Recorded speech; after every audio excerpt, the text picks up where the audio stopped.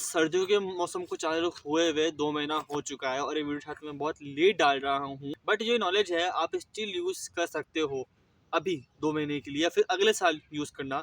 But ये knowledge मैंने personally experience से गेन करी है एंड मैं आपके साथ ये नॉलेज आज शेयर करूँगा बिकॉज मेरे को लगता है जो मुश्किलें मैं सहता हूँ विंटर के अंदर, ये जो चीज़ें ओवर रेटेड है विंटर्स में, लोगों ने जो सोशल मीडिया, इंस्टाग्राम, इससे जो चीज़ें ओवररेटेड कर रखी है विंटर्स को लेके, वो शायद तो कितनी ओवररेटेड चीज़ें है ही नहीं एंड उनका कोई सेंस ही नहीं बनता। सो मैं कुछ आपको 5 हैबिट्स बताऊंगा जो आप यूज़ करिए एंड आपकी विंटर्स को अच्छी तरीके से गुजारिए प्रोडक्टिव वे के अंदर। Point number first, bath in warm water और cold water but clean yourself. अगर आप ये मानते हो कि आपको पसीना सिर्फ गर्मियों में आता है एंड जो बदबू होती है बॉडी में वो सिर्फ गर्मियों में होती है, सर्दियों में पसीना नहीं आता और आपकी बॉडी में से गंदी बदबू नहीं आती, अगर आप मानते हो, बिलीव मी, नहाने से पहले अपने एक बार बगल सूंघना, बड़ी गंदी बदबू आती है एंड अब तुम सोचोगे कि पसीना तुम्हें आता ही नहीं है, फिर बदबू क्यों आ रही है? पसीना आता है, तुमको महसूस नहीं होता बस, वो पसीना आके जम जाता है एंड जब वो जम जाता है तो वो डेड स्किन बन जाती है एंड फिर वो बदबू होती है ना, बहुत गंदी हो जाती है। गर्मियों में इससे ज्यादा गंदी बदबू तो सर्दियों में आती है, कपड़ों में से या फिर हमारी बॉडी में से। क्यों? बिकॉज तुम्हें मानते हो कि जो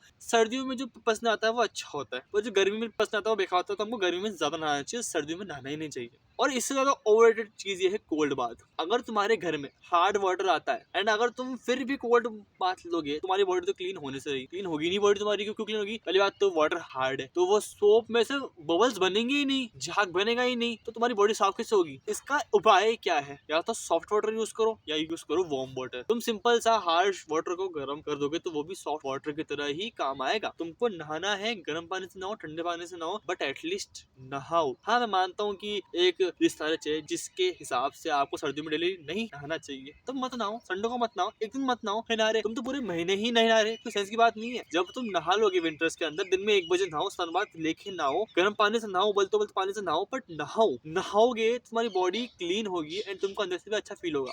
पॉइंट नंबर 2, हाइड्रेशन। आजकल भी लोग ये मानते हैं कि डिहाइड्रेशन सिर्फ गर्मियों में होता है, सर्दियों में नहीं होता। तुमने आज कितने ग्लास पानी पिया था? 1 ग्लास, 2 ग्लास? हमें लगता है कि प्यास लग ही नहीं रही, बट स्टिल तुम्हारी बॉडी डिहाइड्रेट रहती है। ये ठंडी जी हवाएं जो चल रही है ना, ये तुम्हारी बॉडी का मॉइस्चर लेके चल जाती है एंड डिहाइड्रेशन होता है, तब तुमको ठंड ज्यादा लगती है बिकॉज तुम्हारी बॉडी अंदर से वार्म नहीं हो पाती। मैं ये नहीं कह रहा कि तुमको स्वेटर नहीं पहनने चाहिए या फिर मोजा नहीं पहनने चाहिए, तुम्हें ठंड लग रही है तुम बेकार इंसान हो, नहीं, पर तुम्हें ज्यादा ही ठंड लग रही है, इसका एक कारण हो सकता है कि तुम पानी कम पीते हो। डिहाइड्रेशन तुमको फिर भी सर्दियों में हो सकता है एंड डिहाइड्रेशन तुम्हें करना ही क्यों है? तुम्हें सिर्फ करना क्या है? तुम्हें सिर्फ पानी पीना है। मैं अपने वर्क के बीच में क्या करता हूँ? पानी पीता हूँ। थर्ड पॉइंट है work hard, don't notice night and day. सर्दियों के अंदर क्या है, रात जल्दी हो जाती है, सुबह लेट होती है। हमको लगता है कि जो हमारे वर्किंग आवर्स है वो 8 से लेके 5 बजे तक ही है, बट तुम क्या मानते हो तुम्हारे 8 से लेके 5 में तुम्हारे सारे काम हो जा रहे हैं दिन के, एंड तुम रात को 6 से लेके सुबह 7 बजे तक सो गए, जब तक अंधेरा है? That's not possible. तुमको काम करना पड़ेगा। तुम ये बहाना नहीं लगा सकते कि अंधेरा हो गया तो सो जाओ। नहीं, तुम्हारे पास घर में लाइट है, ठीक है, नेट है तुम्हारे घर में, तुम्हारे पास रिसोर्सेज है, तो अपना काम करो। ये मत नोटिस करो कि कब दिन हो गई, कब रात हो गया। हाँ, एक टाइम फिक्स होगा, तुम्हें रात को 9 बजे सोना है,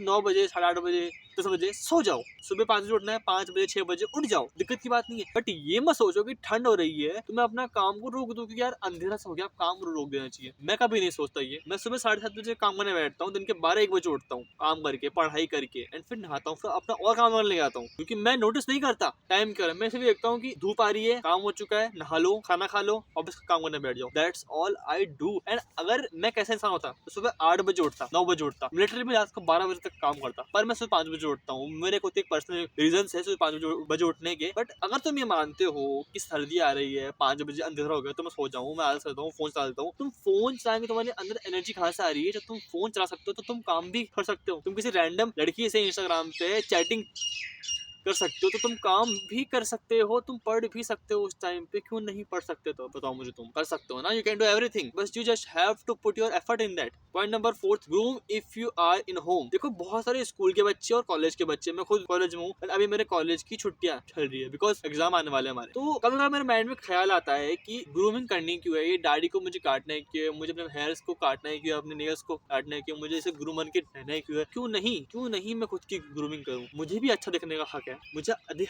हक है कि मैं खुद को ग्रूम करूँ। एंड जब आप एक्चुअली में अपनी ग्रूमिंग ऑन टॉप रखते हो हफ्ते के हफ्ते, ठीक है, तो आपको अंदर से अच्छा फील होता है, यू फील मैस्कुलिन। लिटरली में कोई बंदा मुझे बताओ जो अपने सेल्फ इंप्रूवमेंट पे या फिर सेल्फ खुद को अच्छा कर रहा है, अपनी लाइफ को मेहनत कर रहा है, वो इंसान क्यों अवॉइड करेगा अच्छा दिखना? तुम सक्सेसफुल बन जाओगे। तो ये चीज ही है जो तुमको और बड़े पर्पस पे देखने पे फोकस करवाती है। अब मेरे स्किन हेयर से ज्यादा बेकार नहीं है, तो अब मैं अपने लाइफ में बड़े पर्पस, बड़े गोल्स, बड़ी चीजों पे फोकस कर सकता हूँ और कर पाता हूँ, बिकॉज मुझे टेंशन नहीं कि मैं लुक्स कैसे माल कैसे। अब मैं फोकस करता हूँ मेरी कम्युनिकेशन स्किल, मेरी इनकम, मेरी फाइनेंशियल स्टेटस, यहाँ पर मेरा दिमाग ज्यादा है इन चीजों के अलावा। तो ग्रूमिंग हर दिन करो। Point number 5, sun bath. अब कल 1 तारीख थी, जनवरी की 1 तारीख 2026 चल रहा है। कल दिन भर धूप नहीं आई थी, सिर्फ आधा घंटा धूप आई कल, वो भी 1 बजे में, 1 बजे के आसपास। मैं देखा कि कब धूप निकले और कब मैं सन बाथ लूं और कब नहाऊं, और कल सन बाथ लिया तो मेरे को अच्छा फील हुआ। क्यों? बिकॉज सन बाथ आपको हेल्प करता है। विटामिन डी बॉडी में लोगे तो आपकी बॉडी में इमोशंस तो आएंगे, बट आप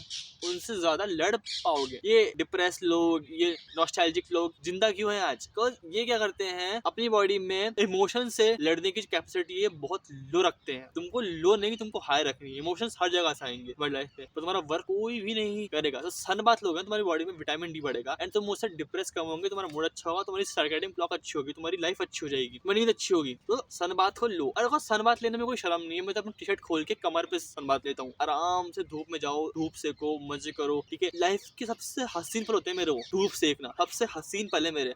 बाकी सब बेकार है, मेरा काम बेकार है, मेरा यहाँ बोलना बेकार है, सबसे हसीन लम्बे है धूप सेकना। सर्दियों में जो टिप्स है ना, इनको इस तरीके से यूज करना है कि तुम अपने वर्क को भी टाइम दे पाओ। अगर तुम ये टिप यूज कर रहे हो एंड दिन भर लाइक ठंडे पानी से गर्म पानी से नहा रहे हो, पानी पी रहे हो, पर तुम अगर काम नहीं कर रहे तो कोई सेंस नहीं बनता। सर्दियां, विंटर आप क्यों बोलते हैं कि विंटर में इंसान को लगता है कि दिन छोटा है, रात बड़ी, तो वो सोने की तरफ ज्यादा जाता है, वो आलसी हो जाता है इंसान।